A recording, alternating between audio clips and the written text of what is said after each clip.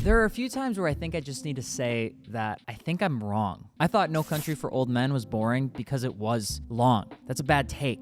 I was just a kid, and it's a fantastic film. But when I watched it with my father. His name is Oscar. He grew up in Matamoros, Mexico, didn't know any English at all, but at 22 years old, he immigrated to the United States to work for a small company called Atari. Like anyone in the 80s, my dad was chasing his version of the American dream. And in 1986, as he was scurrying around creating the power supply for the 5200, he was one of the first people to see Hyundai come to the United States market in a car called the XL. It was $4,995 brand new, and the marketing around it was funny because the ads promoted the fact that you could buy 2 Hyundais for the price of one competitor car. It ended up selling 169,000 units in the first year. It was the biggest first year of performance sales an import brand ever had in the United States until the stereotype started to build around it. The XL and its 1.5 liter it hosted just didn't seem to do enough to win anyone over, and the 3-speed got its butt handed to it by Civics and Nissans alike. Performance issues plagued the empty cookie canister, and just as fast as it blew up, it was under fire by upset customers. And it was at this moment that the stereotype of it's just a Hyundai was built, and they've been fighting that stigma for 39 years. That generational stereotype was also passed down from my father, who believed that texting wasn't real communication and 30 minutes a night was enough time to grind on RuneScape, to me. So as I grew up dreaming of owning a Tiburon GT, I knew my father would never let me own such an unreliable car.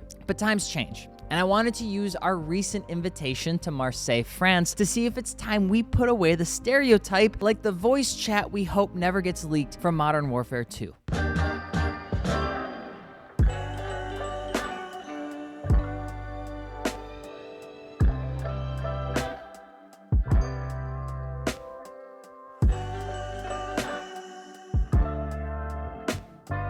So let's get some of the basics out of the way. What to knows about the brand, and what probably you didn't think was true. Like Kia and Hyundai aren't the same company. The 10-year, 100,000-mile warranty was their brainchild to build trust back into the United States market. Genesis was first introduced in 2007 as a Hyundai model, but the luxury brand became standalone in 2015. So we're starting in a city called Marseille. It's got one of the largest ports in France. It's known for its soap, and honestly, it's quite beautiful. One of the things that keep getting asked when we travel is, are French people really as mean and as rude as what the movies and things make out for it to be? And I think all of that I have to say is, they're not rude. They just don't care about you. But just like the French, Genesis may just be a little bit misunderstood, which meant heading to the Paul Ricard circuit where IDEX Sport is, and now Genesis Magma Racing. This partnership between those two meant that they could use this circuit that's located in the south of France to test the GMR 001, the car that we saw back in February in New York, and officially has one of the best sounds ever recorded.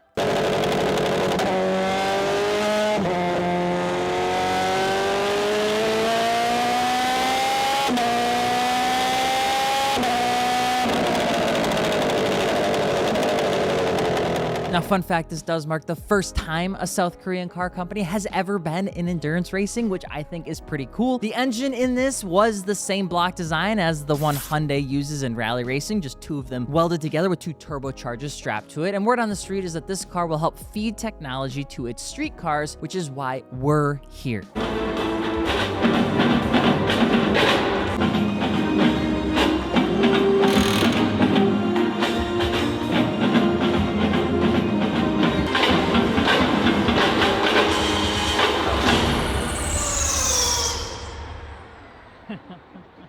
And with the first ever non-Korean CEO.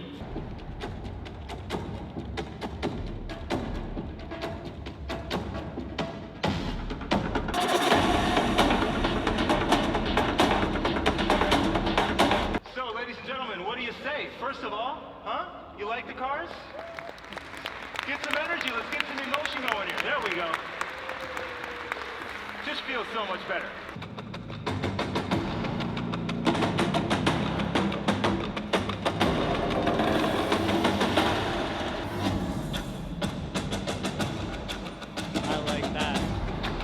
Welcome, ladies and gentlemen, the G90 Magma Special. There we go.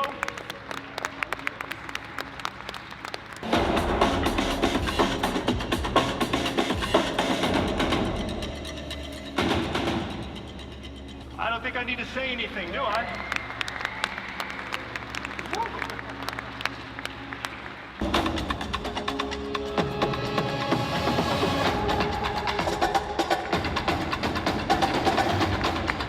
Here he is, Luke. What a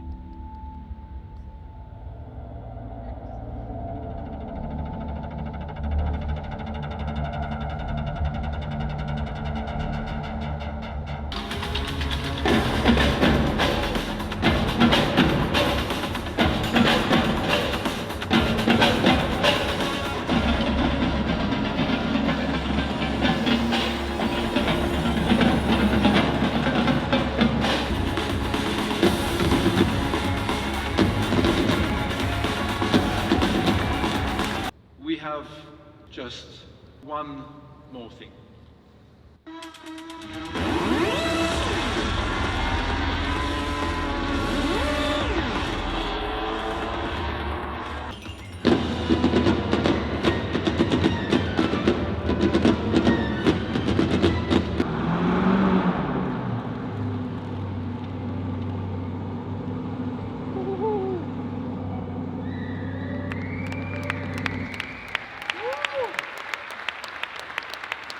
The cars teased here included a G80 track car, a G90 Wingback wagon, that's hot, a GT3 coupe, the Nürburgring official taxi car, the Magma SUV, and finally the actual GV60. The reason that Genesis says that they're a changed brand. So we are at the Paul Ricard Raceway, and it's snowing, which is pretty insane.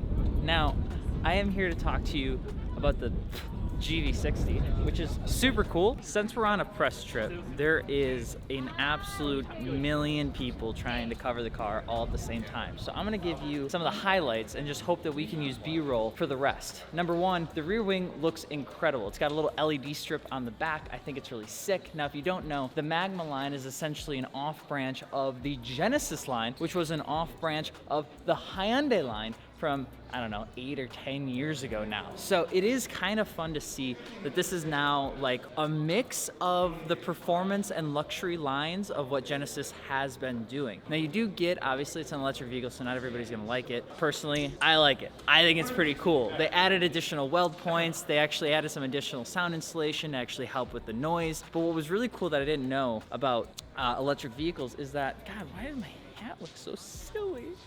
It's an all-electric sports SUV. It's gonna have 650 base horsepower. It has a simulated V6 sound with an 8-speed DCT if you want it. The electric engines can rev up to 21,000 RPM, and then in the actual cockpit or driver's seat, you get up to 9,000 RPM.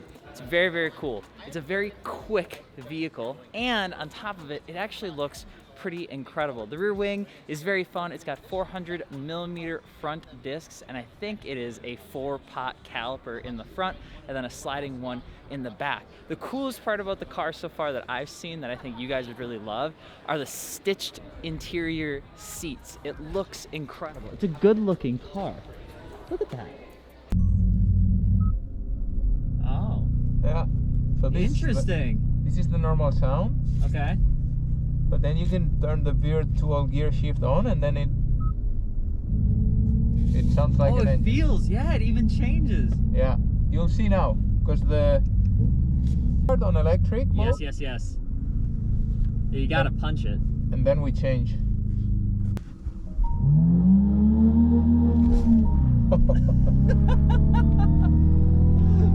Then we change.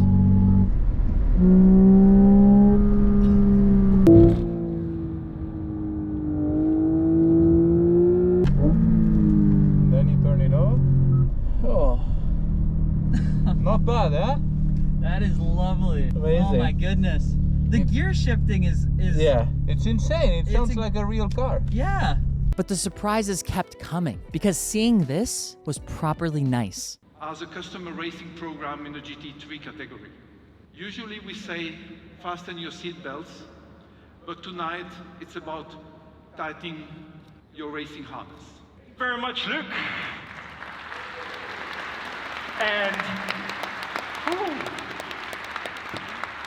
that truly is the cherry on top here at the end of our show. The GV60 was properly cool. I honestly never quite know how to even talk about performance electric SUVs with you guys. I mean, I think every vehicle manufacturer is trying to make them cool, and I'm not entirely sure if anybody even thinks they're cool. But this one looked a lot like the prototype version, and honestly, I like seeing that there is something different going on in the world of making cars. If you didn't know, the Ioniq 6N was also just released, which is what everyone is comparing this thing to. But on the track, it was fun. Like, it was super fun. The fact that it is an electric vehicle with flappy paddle gearbox that electronically cuts power off to the electric motors technically makes it less effective in what it's supposed to do, but you don't care because it feels like you're driving an internal combustion engine. And then getting to look at the Magma GT was something I never thought I was actually going to see on this trip. I got to talk to Luke, his name is L-U-C, Chief Creative Officer and President of Hyundai Motor Group, and he is just as passionate about making completely unrealistic cars a reality for people like you and people like me, which was awesome to hear. Everyone is going to tell you, Alex, they wine and dine you, and I think Dakota even said 69 you, but let me tell you what, okay? The food wasn't that great. The cars were much better in every single way. The Magma GT is their take on going racing with a GT3 car. The car looked insane. It had V8 in it. It's got a tri-exit exhaust. It had production side mirrors. That's a good thing. It's not just like the fake little wannabe side mirrors that look really cute and tiny, or like APR performance mirrors that don't really do anything. You know exactly what I'm talking about if you've put them on your car before. This looked legit. It had the doors, the butterfly doors that went all the way up. It looked absolutely fantastic. And HRA wheels, Michelin Pilot Sport Cup 2R tires. I thought all of it was perfect. Then there's a wagon, the G90, G80, G90. It's a G90 long wheelbase wingback. This thing looked absolutely incredible. I have no idea what engine was in it. I know that the G90 has a 375 horsepower V6, but the whole styling of this thing was awesome to look at. Had over fenders, had a cool exhaust, had a cool front fascia. Everything about it was awesome. And as I'm going through this, and as like the small child in me is getting more and more excited about seeing all of these cars, I started to think to myself, wait a minute, Alex, you've gone your entire life not liking Hyundais, or at least a good portion of your life not liking Hyundais. You've gone through a pretty large section of your automotive career saying to yourself that you're not a massive fan of the cars. And to be fair, there have been some times where they've ran into a couple two-tree issues. But I will say that seeing how much money Genesis is putting into motorsports makes me a little bit happy. To see the Magma GT is super cool because they do plan to actually race after 2027 into GT3. That's cool. The GMR 001 on an Orica chassis for endurance LMDH hypercar racing is awesome to see. The GV60 is a cool dual motor electric performance SUV thing. Do I need that? No. Is it cool? Yeah, it's cool. I think it's really sick, and I think it's the start of something that could be properly awesome. When Genesis released the G70 and G80, when you started to see those big sedans that I couldn't even believe were Korean cars, I really like them. Now, that's not to say that there aren't cars out there that still have issues, but when I look at where they're heading, a part of me is starting to think that maybe that preconceived notion of what happened in 1986, 39 years ago, maybe it's time to let that go. Just a little bit, just a tiny bit, maybe just a touch. And sure, not everybody has to like the electrification of performance cars, and not everybody has to like the fact that sometimes people are going to critique the design. But what I do like is that there's a brand out there that's actually doing something different and doing enough stuff to make enough noise in the market to get people to say that I don't trust it yet. They're starting to cause this whole controversy on whether it's going to be a good car or not. I think one of the hardest things for me when I go out and I look at new cars is sometimes admitting that I'm wrong. Spending my entire childhood looking at Genesis or Hyundai, Kia in a certain way because my dad did, or because that's just perception of what it was, to come out here and to see almost everything I would ever want as a car enthusiast for a vehicle manufacturer to be doing. The GV60 is a performance SUV. It's electric, sure, but the prototypes are insane. They just announced a GT car, which is going to be a GT3 variant of a real car that they can race in IMSA and WEC. There's a Nordschleife G70 taxi track car on Michelin's that they're going to be running for the entire season. There's another one over here in a different version, and the list goes on and on and on. And it's Genesis. it's one of those things where I'm so excited, not just for the fact that the GV60 is here and it's cool and it's got these simulated shifts that really do feel like an internal combustion car kind of shift, but it just makes me excited because there are so many brands out there right now that are having a terribly difficult time. Porsche, bad time. Volkswagen, bad time. Audi, bad time. And if not having an issue right now, they're about to. There's companies pulling out of motorsports every day. And you wanna know who's jumping in? Companies like Genesis with the GMR 001. Companies even across the way in the domestic land. And that, to me, makes me so happy.